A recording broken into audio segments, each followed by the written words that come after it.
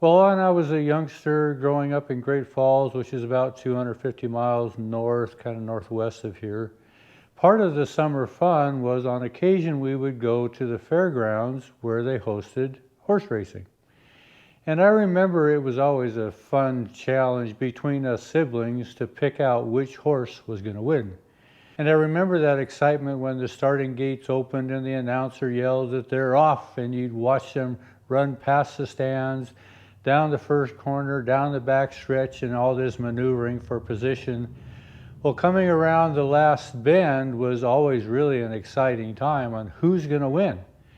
In a way, I kind of feel like this sheep wagon has been somewhat of a horse race. You remember where we started when I said, we're off. And there weren't very many people that were picking this horse to be a winner. In fact, you probably would have sent this horse to the glue factory. Well, we're coming around that last stretch, headed for the finish line. And I've got just a few more things to tie up before we can put the top on here and actually send this rascal home.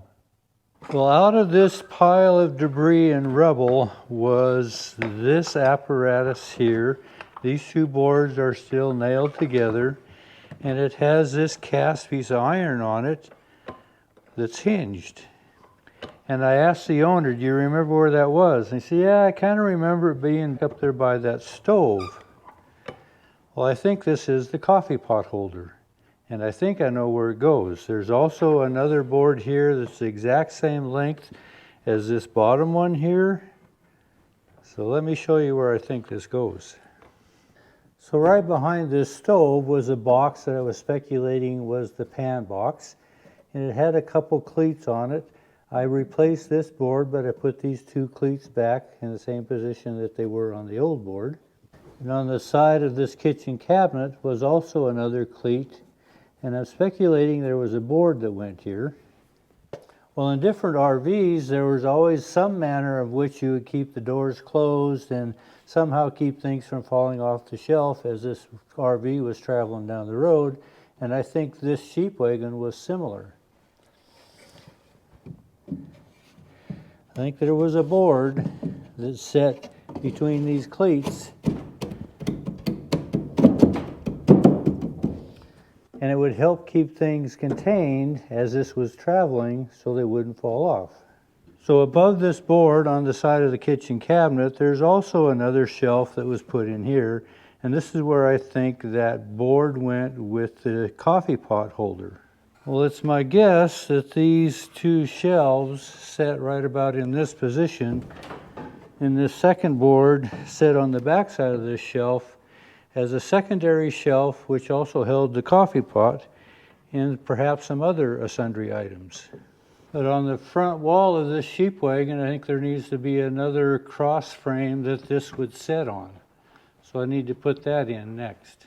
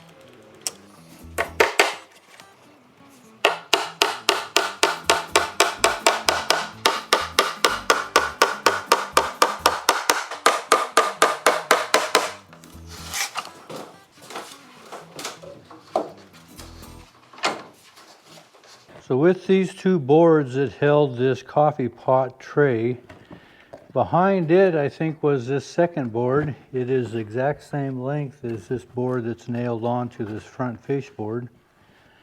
And on the back side of this board, there's some remnants that you can tell that it had something nailed to it. There's a remnant of one nail here, and then a second nail here, and then there's a third nail here, and it looks like there was one on the end as well.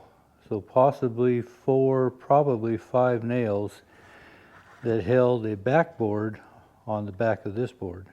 And so since this shelf is getting close to the bows on the top, but it doesn't get tight up against it, I think there was an upright board here just kind of as a backer to keep things contained within this shelf.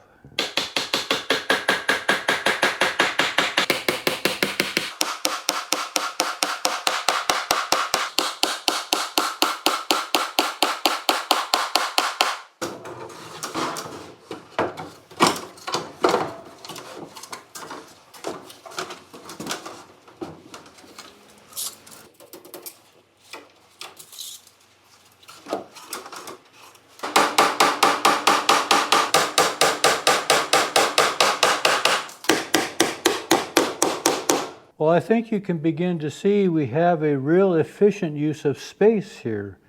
We could have our pots and pans, maybe our flour, corn, beans, whatever different accoutrements that go in here. Got our cook stove, place to put a coffee pot.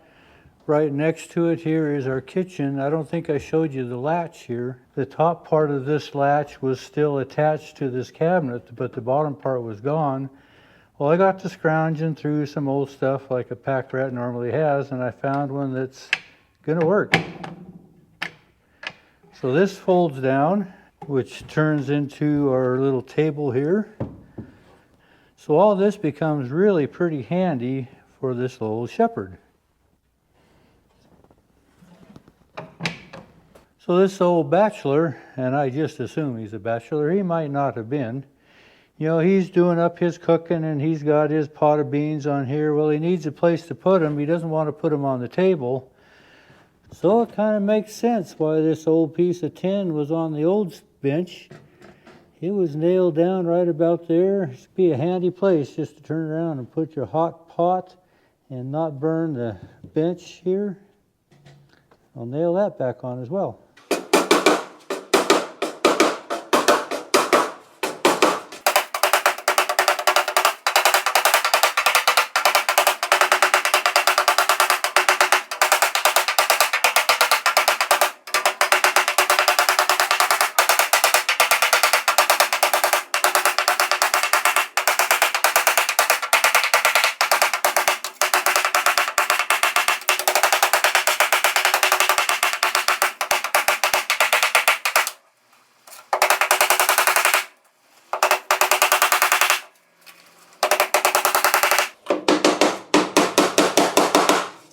When the shepherd's inside has been a question of how does he close the door.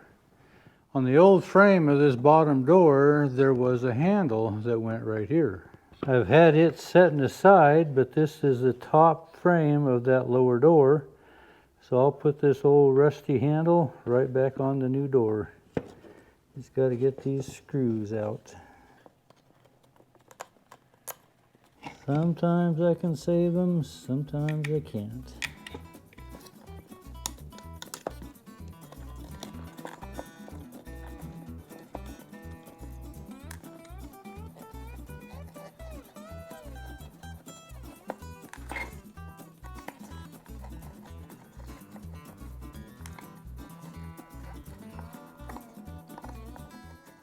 Looks like we're going to make it on this one. You just have to be able to put them back in.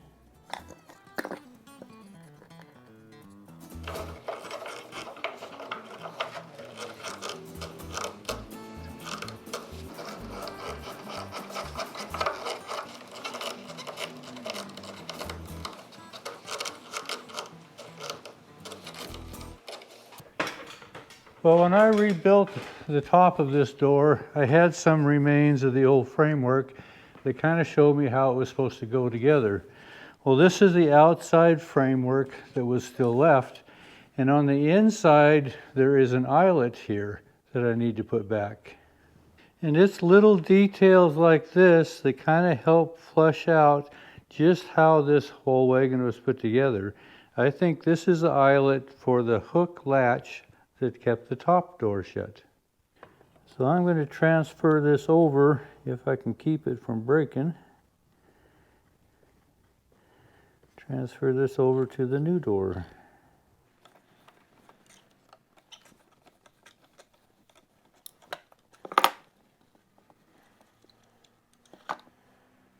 So it looks like from the top of that door down, we're roughly 10.5 inches, about an inch in.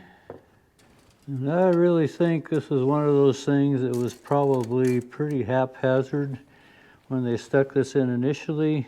I bet they just said, well, that's close enough, that'll work. But we'll stick it right back where that close enough was, right there.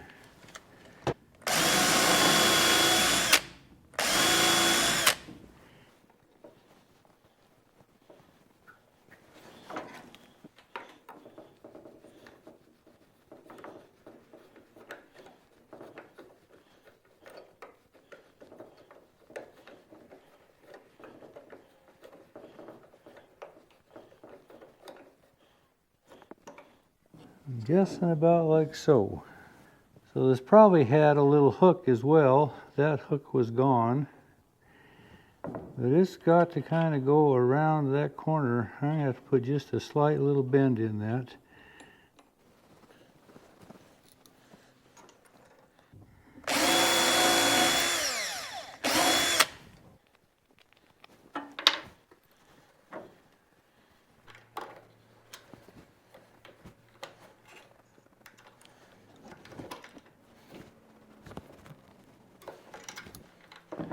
So I'm pretty sure this was just to latch this top door when he was inside, keep it from flopping in the wind.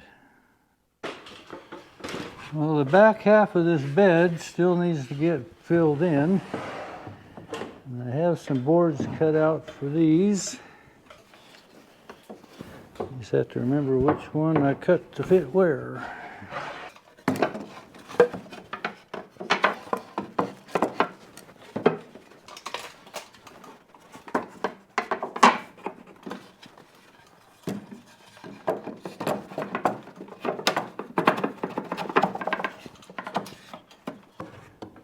All part of the puzzle.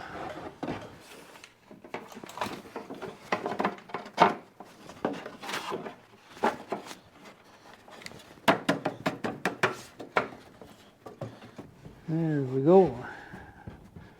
I'll get those nails in place, but this is where the mattress would be, where he would sleep.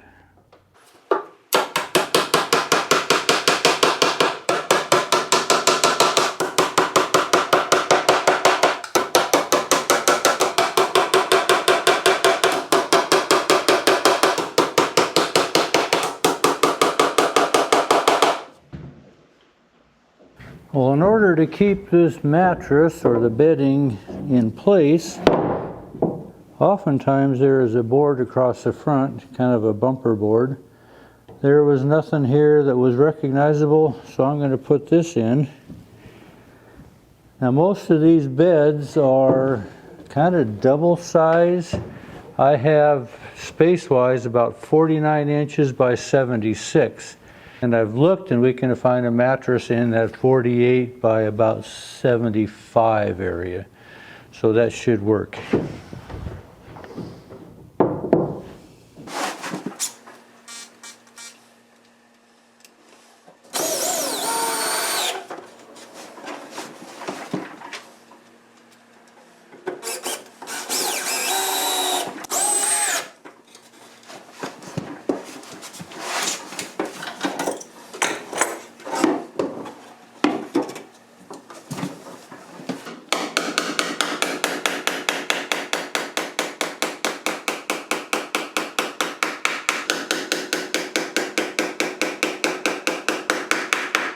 Well, one of the final things that I need to do on the sheep wagon is to get this cook stove positioned to where I can put the chimney up through the roof, get the roof jack on, and get all that framed in. This is all that was left of that top tin work. This is where the chimney came through.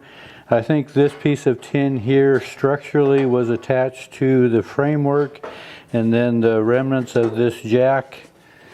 It's a little rusted, but we're coming to find out that's good enough, so we'll stick it back on. So I'm going to use this tin here to find out if I have that stove really in its correct position. But this is pretty beat up, so I guess the first thing to do is maybe straighten that out.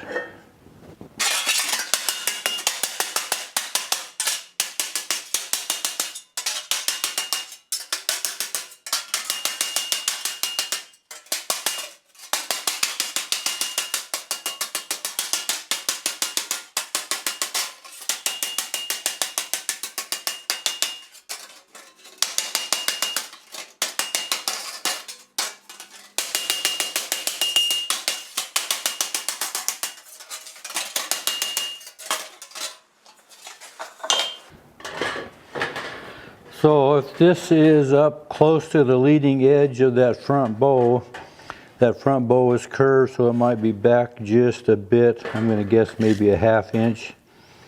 So from the front of that bow to the side of that chimney going up, we need to be about 4½ inches.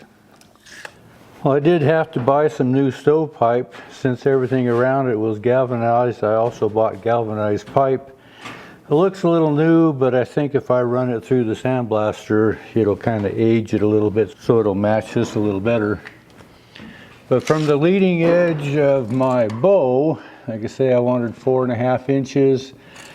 You can't see it, but I'm at 4. So this stove actually needs to come back about a ½ inch.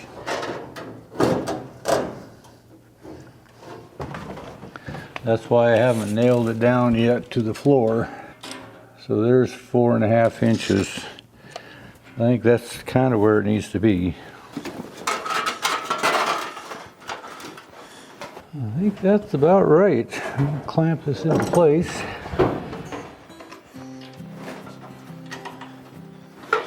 I'll take another short section of bow. Just span these right about in there.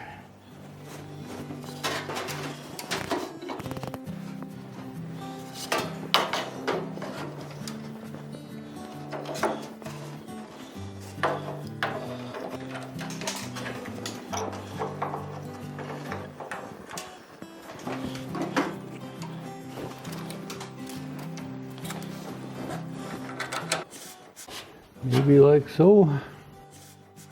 Then I'll put the canvas over, and then the roof jack should sit right on top of it.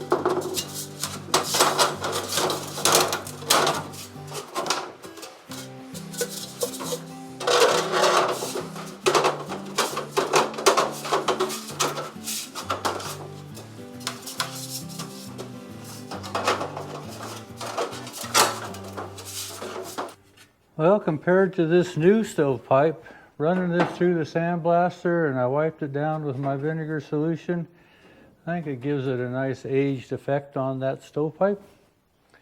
So we should be pretty close to putting the top on. I'll probably go round up some canvas this week and maybe start sewing that. We're getting close. Appreciate you coming along. Thanks for watching.